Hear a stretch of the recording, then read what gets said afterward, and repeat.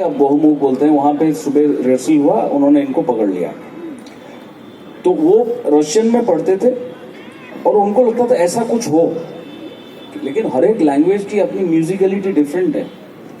तो पहला लाइन था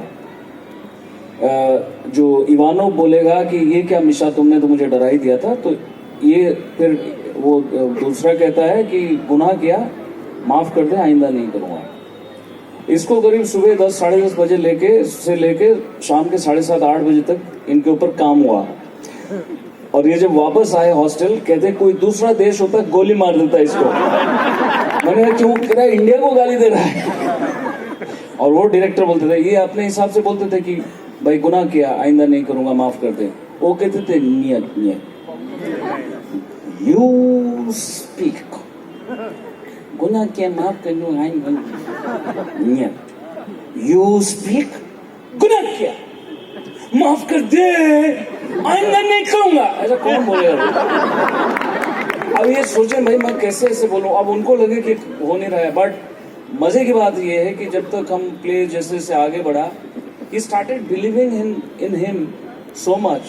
वो कुछ भी इम्प्रोवाइज करता था तो बहुत वो आनंद लेता था, डायरेक्टर बहुत खुश होता था। इसने 61-62 इससे सब कुछ को बोल रखा था। आई थिंक वो एक प्ले ऐसा हुआ, उससे पहले मैंने सारे जितने भी प्लेस किए थे यहाँ पे कॉमेडी, ज़्यादातर कॉमेडी प्ले किए थे। तो ये एक प्ले था और जिसकी कास्टिंग भी बड़े अलग तरीके से की थी। उसने हमारे बैच के किसी भी एक्टर को नहीं देखा, सबके फोटो मंगवाए और सबकी सिर्फ आइज देखी उसने पेपर पर। और पहली बार मुझे सीरियस रोल मिला सिर्फ आइज से, तो मैं भी शौक रही। अभी कॉमेडी, अभी इतने टाइम तक कॉमेडी रोल कर रहा था मैं, अभी पहली बार मुझे सीरियस रोल मिला। बट वाकई उसने डरा दिया था अपनी एक्टिंग स्टाइल से, लेकिन वही चीज़ आगे बहुत काम आई। और मेरे ख्याल से एक होता है ना, किसी प्ले में आपको एक सुर पकड़ में आता है कि this is your actually base, your tone. तो वो सुर मुझे उस वक्त समझ में आया और वो बहुत रियलाइजेशन हुआ कि यार हाँ, ये एक चीज़ को बेस बना के काम किया जा सकता है इस क्राफ्ट में। तो हाँ, वो माइलस्टोन प्ले था हमारे बैच का एक्चुअली, तो बहुत कुछ सीखा। हाँ, और देखिए वो जो ऑल द ब्रिलियंट डायरेक्टर थे वो अब तो दुनिया में नहीं है। गिटिस करके एक इंस्टीट्यूशन है जहाँ मॉस्को में हमारे स्टूडेंट्स सभी जाते हैं, वहाँ वो डीन थे उस समय एक्टिंग डिपार्टमेंट के, एंड इंटरनेशनल डायरेक्टर एंड मतलब brilliant director, brilliant teacher for actors specially. और देखो वो आंखें जो उस वक्त मूल रूप से दिखाया तो आंखों की कास्टिंग हुई थी, और वो आंखें आज तक पर्दे पर बोल रही और अपना कमाल दिखा रही, इसमें कोई दो राय नहीं। मेरी आंखें छोटी है इसलिए मुझे छोटी रोल मिली, कास्टिंग आंखों पर छोटा रोल लिया था मुझे। अच्छा देखो ये ना, ये बड़ी मोडेस्टी सी हो जाती है, मतलब ये बड़प्पन वाली बात होती है। अपने मुंह से अपनी तारीफ ये कभी करेंगे नहीं। शुरू में बोल दिया ये कह के पल्ला झाड़ लिया कि हम तो हींग बेचते हैं। कमाल की बात देखो, उदाहरण भी क्या दिया, आप सब समझ नहीं पाए। आपको लगा अच्छा हींग रोजमर्रा अपने रसोई में तो इस्तेमाल होती है, नहीं साहब, इतनी सी हींग, चुटकी भर हींग डलती है ना, पूरे घर में पूरी खुशबू हींग की आ जाती है, राइट। तो वो उसका व्यापार करते हैं, वो बेचते हैं। एक तोला हींग की कीमत शायद आप लोगों को पता भी नहीं होगी, वो कितनी महंगी होती है, मतलब 1 किलो कितने हजारों रुपए की होती है। तो ये महंगा व्यापार करते हैं, मतलब ये सस्ता सौदा तो कभी नहीं किया इन्होंने जीवन में, ठीक है। हाँ ये जरूर है, देखो जो अभी इतनी बातें हुई ये हम सबके, आप सबके सीखने का विषय है। उड़ीसा से आए थे, जो भाषाई मर्यादा थी, जो सीमाएं थी, वो सब तो इनके साथ थी ही। एक अलग तरह का कल्चर भी था, जाहिर सी बात है, सांस्कृतिक परिवर्तन था, एक तरह का भौगोलिक परिवर्तन था, खान पान, तमाम तरह की चीजें होती। लेकिन उन सब के बीच में अपने आप को ढालना और फिर अपने आप को खड़ा करना, ये एक्चुअली मुश्किल काम है, और जिससे मैंने भी जूझते इनको देखा है। लेकिन ये रास्ते बनाते चले गए, और आज जहां बैठे हैं तो किसी परिचय के मोहताज नहीं है। तो सही बात है भाई कि हार होती है जब मान लिया जाता है, और जीत तब होती है जब ठान लिया जाता है। तो उन्होंने कभी कुछ ठान लिया था, और इसलिए आज वो यहाँ बैठे हैं। कहीं ना कहीं हम सब के लिए एक प्रेरणा के हेतु तो है, चाहे मैं इनसे उम्र में बड़ा हूँ या 2 बैच ऊपर हूँ, लेकिन जो भी है, जहां से जो सीखने मिले, कुछ अच्छा मिले, आपको ले लेना चाहिए, आत्मसात कर लेना चाहिए।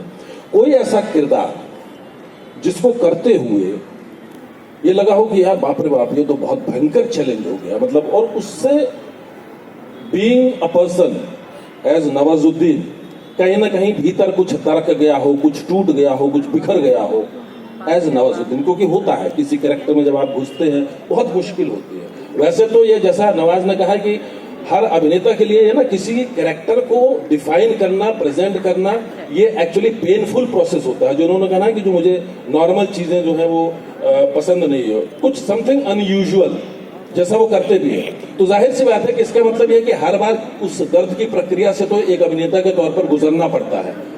लेकिन फिर भी कोई एक ऐसा किरदार जिसको करते हुए लगा कि यार बाप रे बाप, ये क्या आ गया सामने, इसको कैसे करेंगे, अंततः कर लिया हो, लेकिन कहीं भीतर कुछ उसने भीतर से कुछ मथ दिया हो, कुछ तोड़ दिया हो, कुछ परिवर्तित कर दिया हो, ऐसा कुछ याद आता है? हालांकि हर किरदार को करने से पहले बहुत सारी नर्वस एनर्जी और बहुत नर्वसनेस होती है, क्योंकि आपको नहीं पता होता कि किस दिशा में जाएगा।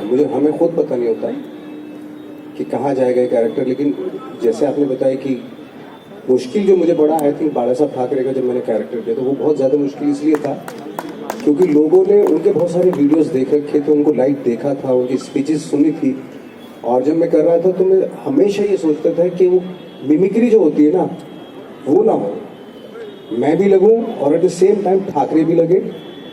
और thanks to NSD of course इस यहाँ से इतनी चीज़ें सीखी हैं। ये ज़रूर पता था मुझे कि क्योंकि मेथड एक्टिंग पे भी काम हुआ, जो अभी चित्रंजन ने जो उनका नाम लिया था, वैलेंटाइन तेपलुगोन ने जो हमें सिखाया था, या स्कूल में रहते बहुत सारे टीचर्स थे हमारे जिन्होंने हमें ट्रेनिंग दी थी। एक अच्छी बात ये थी कि बहुत ईज कर दिया था मेथड एक्टिंग को। जो लोग बोलते ना कि जब आप मुंबई जाएंगे तो वहाँ मेथड एक्टिंग के नाम पे थोड़ा सा लोग अफेंडेड हो जाते हैं और मेथड एक्टर है, लेकिन बहुत सिंपल है कि जब एक इंसान दूसरे इंसान का इम्प्रेशन, अपने से जुदा इंसान का इम्प्रेशन देता है, उसको मेथड एक्टिंग बोलते हैं सिंपल लफ्जों में। अगर मैं अपने बाप को बताऊँ जो किसान थे, तो उनको मैंने एक सिंपल भाषा में बताया था कि मेथड एक्टिंग ये होती है कि मैं हूँ और मैं जब किसी दूसरे इंसान होने का इम्प्रेशन दूंगा, वो मेथड एक्टिंग है, खत्म बात। तो ठाकरे करते हुए मुझे वो प्रोसेस पूरी जो स्कूल की जो सीखा था वो सारी याद आई, और ये इस चीज़ को लेकर सतर्क रहा मैं कि कहीं से भी मिमिक्री ना हो या कॉपी ना हो, मैं नवाज भी लगूं और at the same time Thackeray भी लगूं। तो वो डिफिकल्ट था मेरे लिए, लेकिन थैंक गॉड व्हाटएवर जैसे भी हुआ वो हुआ। बट मंटो ने जब मैंने मंटो किया तो उसने मेरे हलचल, मेरे पूरे बॉडी में, दिमाग में हलचल बचा दी, और उसकी वजह से काफ़ी चेंजेस भी आए मेरी लाइफ में। और कुछ साल में सच बोल गया तो बहुत दिक्कतें भी हुई मुझे। तो उससे सीखा मैंने कि सच